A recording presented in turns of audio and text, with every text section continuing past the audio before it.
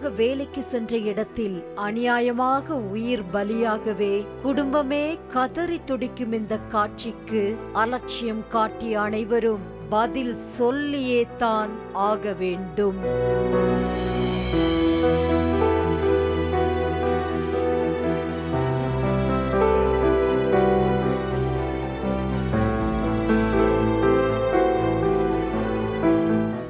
Chennai ஆழ்வார்பேட்டையில் Shakemate resto பாரின் மேற்கூரை இடிந்து விழுந்து விபத்துக்குள்ளானது.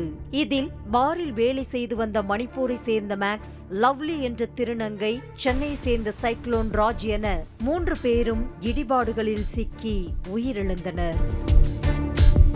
முதலில் ஷேக்மேட் பாருக்கு அருகிலேயே மெட்ரோ பணிகள் நடந்து வரும் நிலையில் அதில் ஏற்பட்ட அதிர்வில்தான் பாரின் மேற்கூரை இடிந்து விழுந்ததாக சொல்லப்பட்ட நிலையில் அதனை மெட்ரோ நிர்வாகம் முற்றிலும் மறுத்திருந்தது.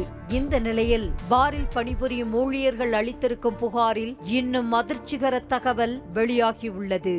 அதாவது வார இறுதி நாட்களில் பாரில் அதிக சத்தத்துடன் பாடல் போடும்போது கட்டிடம் குலுங்கும் என்றும் இதுகுறித்து உரிமையாளர் அசோக்கிடம் பலமுறை கூறியிருப்பதாக தெரிவித்தது பகீர் கிளப்பியுள்ளது. கட்டிடம் உறுதித்தன்மை இல்லாமல் இருந்தும் கூட அதனை கண்டுகொள்ளாமல் இருந்ததின் விளைவுதான் தற்போது இந்த 3 உயிர்கள் பலியாக காரணமாகி இருப்பதாக சொல்லப்படுகிறது.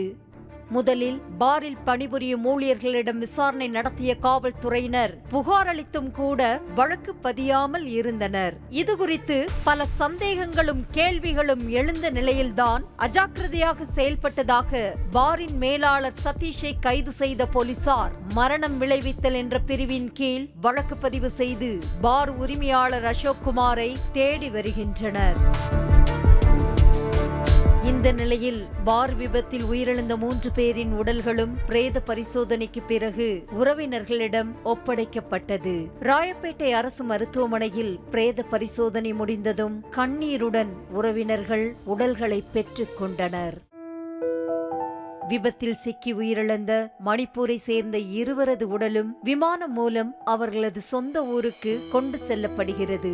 ஊர் விட்டு ஊர் வந்து பிழைக்க வந்த இடத்தில் 2 பேரையும் இழந்து விட்டோமே என நண்பர்களும் தோழிகளும் கண்ணீர் வடித்தது காண்போரை கண்கலங்க செய்தது.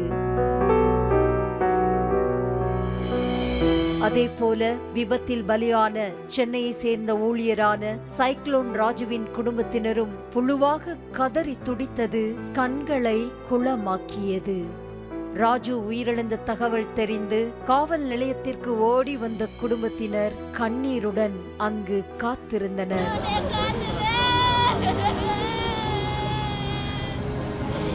கைக்குழந்தையை வைத்துக் கொண்டு நிர்கதியாக நிற்கும் ராஜுவின் மனைவி சடலமாக கிடந்த கணவன் முகத்தை பார்த்து பார்த்து கதறியது சோகத்தை தான் ஏற்படுத்தியது.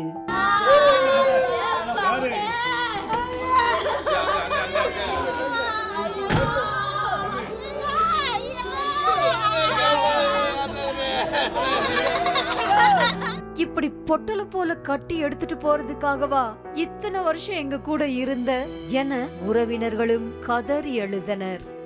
சின்ன பிஞ்சு குழந்தையாக இருக்கும் ராஜுவின் மகளின் முகத்தில் இருந்த ஏக்கத்திற்கு என்ன ஆறுதல் சொல்வதென்றே தெரியவில்லை.